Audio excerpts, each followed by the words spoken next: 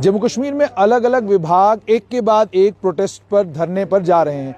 PHE, PWD के casual और daily Vaser आपको लगभग हर दिन पीएचई दफ्तर के बाहर हंगामा करते और अपनी मांगे मनवाने के लिए सड़कों पर उतरते देखे आपने। लेकिन अब जम्मू कश्मीर में एक नया क्राइसिस जो है आज के दिन से शुरू हो गया है।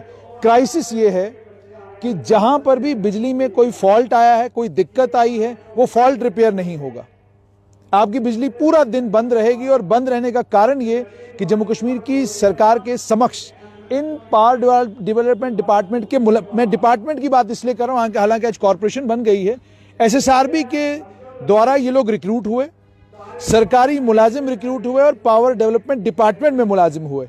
और उसके बाद सरकार ने तय किया कि अब डिपार्टमेंट को कॉर्पोरेशन में बदलना है, प्राइवेट लिमिटेड कंपनी बनाना है। जब कंपनी बनाई गई, कंपनी बनाने के बाद चूंकि जाहिर सी बात है कंपनी खसारे में है, और खसारे में होने का नतीजा ये कि इन मुलाजमीन को तनख्वाह अगर अब लेनी है तो कॉर्पोरेशन के पास पैसा होगा तो इनको तनख्वाह मिलेगी, अगर कॉर्पोरेशन के पास पैसा नहीं होगा तो तनख्वाह नहीं मिलेगी। अब आप खुद सोचिए, ठंड है और इस ठंड के इस सीजन में भी आपको सरकारी कर्मचारी खंभों के साथ लटके हुए मिलते हैं, खासकर पावर डेवलपमेंट डिपार्टमेंट के कर्मचारी। रात हो दिन हो इन्हीं को आप बुलाते हैं।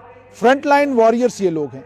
कोविड की परेशानी एक तरफ और ठंड दूसरी तरफ। मेरे साथ सचिन टिक्कू हैं, ये इन मुलाजमीन को, इंजीनियर्स को भी रिप्रेजेंट कर रहे हैं आज और मुलाजमीन को भी रिप्रेजेंट कर रहे हैं। सचिन जी, मुझे ये बताइएगा कि सरकार को के पास अगर पैसा नहीं था तो कॉर्पोरेशन बनाने की जल्दी क्यों थी? देखिए, मैं वही चीज़ कह रहा हूँ कि जो अनबंडिंग हुई थी कॉर्पोरेशंस में, उसमें एक ही प्रायर कंडीशन थी। हम उस टाइम पे भी ये कह रहे थे कि आप पहले फाइनेंशियल वायबिलिटी को इवॉल्व कीजिए। आपके पास कोई अगर कमेटी की रिकमेंडेशंस है तो आप कैसे इसको ट्रांसफॉर्म करेंगे, उसके ऊपर क्लियर पिक्चर कीजिए। इन्होंने उस टाइम पे भी 370 का बहाना लेके कि अब भाई कॉर्पोरेशंस बनानी है, सेंटर में ऐसा होता है, ये होता है, तो इन्होंने बना दी। अब इन्होंने बना दी, लेकिन उस टाइम हमारे साथ कुछ वायदे लिखित तौर में इन्होंने किए, एक एग्रीमेंट हुआ, एक पूरा डॉक्यूमेंट एसआरओ निकला है जिसके तहत हमारी सैलरीज या हमारी सर्विस कंडीशन एडवर्स नहीं हो सकती हैं as compare to other government employees. तो लेकिन अब ऐसा हो रहा है, इन्होंने प्रोसीजर ऐसा ग्रांट इन एड का बना दिया कि उसके थ्रू हमारी सैलरी आती है। तो हम क्यों सफर करें? हम अगर डेपुटेशन पे हैं कॉर्पोरेशंस में, हम डेपुटेशन पे हैं, हम उनके अपने मुलाजिम नहीं है। कॉर्पोरेशन अपने रिक्रूट करेगी, कल को कॉर्पोरेशन अपने रिक्रूट करेगी। डिपार्टमेंट तो रहा नहीं, तो आप मुलाजिम किसके हैं? हमारा जो ऑर्डर हुआ था, डिपार्टमेंट अभी भी एग्जिस्ट करता है। पावर डेवलपमेंट डिपार्टमेंट के ये जो सारे अपॉइंटीज हैं, ये डेपुटेशन पे वहां काम कर रहे हैं। Means we are occupying those positions till our retirement. After that those positions will go to the corporation and they can hire their own people tomorrow. और वो तब उन कंडीशंस पे ज्वाइन करेगा ना। मैं अगर बिरला को ज्वाइन करता हूँ, टाटा को करता हूँ, उनकी फाइनेंशियल कंडीशन जो देख के ज्वाइन करूंगा ना, वो पॉजिटिव चले नेगेटिव चले, मुझे उसमें रहना है। लेकिन हमने तो पीडीडी को ज्वाइन किया था। हम लोग ग्रांट इन एड पे डिपेंडेंट क्यों रहे? इनके मैकेनिज्म की वजह से क्यों हम सफर करें? और जबकि इनको सैलरी ये देना चाहते हैं, दे भी रहे हैं, लेकिन मैकेनिज्म की वजह से जो प्रॉब्लम है, वो मैकेनिज्म को सेट राइट करना जरूरी है। उसके लिए हमने 2 साल से रिप्रेजेंटेशंस दी। इन्होंने फाइनेंस डिपार्टमेंट को भेजी, लेकिन फाइनेंस डिपार्टमेंट को अटका हुआ। उनको ऐसा लगता है कि ये कोई पीडीडी वालों को हमने तनख्वाह टाइम पे नहीं देनी है, पीडीडी वालों को हमने परेशान करना है। वो लड़ाई अब हमने निर्णायक शुरू कर दी है। इनको वो ऑर्डर चेंज करना पड़ेगा, हमारी सैलरी का रूट सही करना पड़ेगा। यानी आपकी कंपनी के पास पैसा है ही नहीं और आप हर महीने पैसा जो है फाइनेंस डिपार्टमेंट से मांगते हैं, डिपार्टमेंट पीडीडी को देता है, पीडीडी कॉर्पोरेशन को पैसा देता है। ये इस लंबे रूट से आपका पैसा है। और आप देखिए हर बारी रिक्वेजिशन कितने चैनल से जाती है और कितना उसमें प्रोसीजर डिले होगा। एक फाइल सेक्रेटरी तो एसेंशियल सर्विसेज में आते हैं। तो मैं वही चीज कह रहा हूँ, लेकिन हमेशा हमें उनके लिए परस्यू करना पड़ता है और वहां 4 बातें सुनाते हैं हमें। एज ए एम्प्लॉय हमें फॉलो करना पड़ता है सैलरी के लिए। इस बारी दिवाली पे हमारी सैलरी नहीं आई, मेरे ट्वीट्स दिवाली के दिन के भी सभी टॉप ऑफिसर्स को मैंने कहा, क्योंकि उनके पास टाइम नहीं था। उन्होंने फाइल 2 दिन डिले की, उनको क्या फर्क पड़ता है? 3 दिन डिले करेंगे वो। तो आपके जो कॉर्पोरेशन के मैनेजिंग डायरेक्टर हैं, जो ये कॉर्पोरेशन को हेड कर रहे हैं लोग, क्या वो सरकार से इस बात को नहीं टेकअप करते? टेकअप करेंगे, उससे क्या फायदा?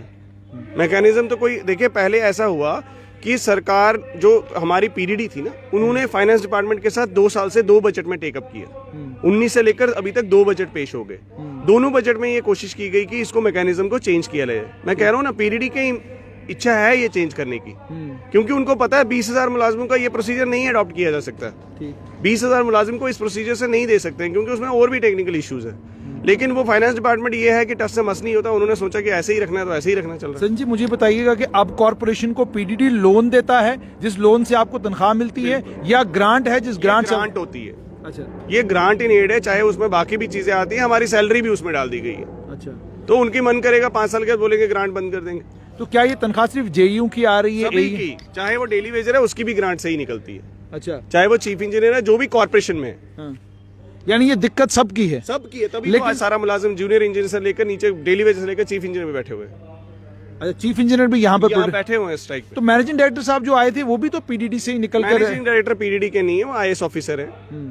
तो क्या कहा उन्होंने आप? उन्होंने ये कहा कि हम इस प्रोसीजर डिले को कम करने की कोशिश करेंगे, लेकिन मैं तो मैकेनिज्म की बात कर रहा हूँ ना। लेकिन इससे पहले जो मैनेजिंग डायरेक्टर आपके थे गुरमीत सिंह, वो तो उन्होंने हमारे इंजीनियर थे, उन्होंने भी कोशिश की। तो क्या हुआ? पीडीडी एडमिनिस्ट्रेटिव डिपार्टमेंट ने उनकी रिकमेंडेशंस के बेसिस पे फाइनेंस को लिखा, तो जब वहां से रिटर्न आ गई, फाइल नहीं किया उन्होंने, तो हमारे पास कोई ऑप्शन तो बचा नहीं। अब आज लोगों को तो दिक्कत आ रही है, परेशानी आ रही है कि अलग अलग इलाकों में जहां बिजली बंद हुई है वहां लोग तो परेशान हैं। रेस्टोरेशन तो नहीं हो सकती सर। लोगों को एक और मैं इशू बताना चाहता हूँ, जो हमारे एसेट्स है ना पूरे ट्रांसमिशन सेक्टर के, पहले जनरेशन के एनएचपीसी ले गया हुआ है। अब ये इन्होंने क्या किया, 50% भागीदारी बोल रहे हैं पीजीसीएल को ट्रांसमिशन में भी दे दो। मींस जो 50% की वैल्यू है ना हमारी किसी भी कंपनी में, जितने भी पोस्ट हैं, वो 50% उनको देनी पड़ेगी, पावर ग्रिड जो रिक्रूट करेगा लोगों को। और पावर ग्रिड पूरे देश से रिक्रूट करेगा, पावर ग्रिड के अपने लोग रिक्रूट होके जो पड़े हुए हैं उनके पास, उनको वो डिप्यूट करेगा। पोस्टें तो यही है। तो आपका ये जो इंफ्रास्ट्रक्चर हम यहाँ दे रहे हैं 50% की भागीदारी दे रहे हैं, वो क्यों? उसकी क्या कोई रीजनिंग नहीं है। सेंटर ने मन किया सेंटर का, तो ये कर दो, तो ये लोग तैयार हो गए करने के लिए, और किसी से विचार विमर्श कुछ नहीं किया। हमने शोर उठाया, तो आप कह रहे हैं आप होल्ड पे करते हैं, आप कोई बातचीत करते हैं इस पे। होल्ड पर करने से तो मामला हल होने वाला नहीं। मैं आपसे ये जानना चाहूंगा कि जब पावर ग्रिड को ये दे दिया जाएगा, साथ में ये भी सुनने को मिल रहा है कि जो बिलिंग होगी, बिल वसूली का काम भी प्राइवेट लिमिटेड कंपनियां करेंगी। देखिए ना, पहले तो ट्रांसमिशन जो सेक्टर में कोई लेना देना नहीं है इस चीज का। ट्रांसमिशन सेक्टर सिर्फ ट्रांसफॉर्म करता है एनर्जी को एक लेवल से दूसरे लेवल पे, उसमें रेवेन्यू कलेक्शन का कोई लेना देना नहीं है। उसमें अगर एक और कंपनी बनाई जाएगी, वो कंपनी हवा में तो एग्जिस्ट नहीं ना करेगी, वो अपने चार्जेस लोड करेगी। लोड किस पे करेगी? डिस्ट्रीब्यूशन कंपनी पे, नीचे जो है कंज्यूमर पे करेगी। तो मींस कंज्यूमर को ये मजबूर कर रहे हैं कि वो महंगी एनर्जी ले। दूसरा, ये मजबूर कर रहे हैं कि जो हमारे स्टेट के एसेट्स थे, वो धीरे धीरे, अब इतना बड़ा इंफ्रास्ट्रक्चर 20 साल में तैयार हुआ है, 5000 मेगावाट की ट्रांसफॉर्मेशन कैपेसिटी, वो सारी की सारी एकदम जो है उसमें से सीधे 50% का शेयर जो है पीजीसीएल को जा रहा है। जब पीजीसीएल को चला जाएगा तो आप जो मुलाजिम हैं, आप भी आधे आधे पीजीसीएल और कॉर्पोरेशन में बढ़ जाएंगे। कॉर्पोरेशन में अभी आज इस कॉर्पोरेशन, अब जो नई कंपनी बना रहे हैं, हम उधर भेज देंगे। मींस अब पता क्या होगा, हम कहेंगे we are on deputation from PDD to PTCL, we are on deputation from PTCL to PGCL.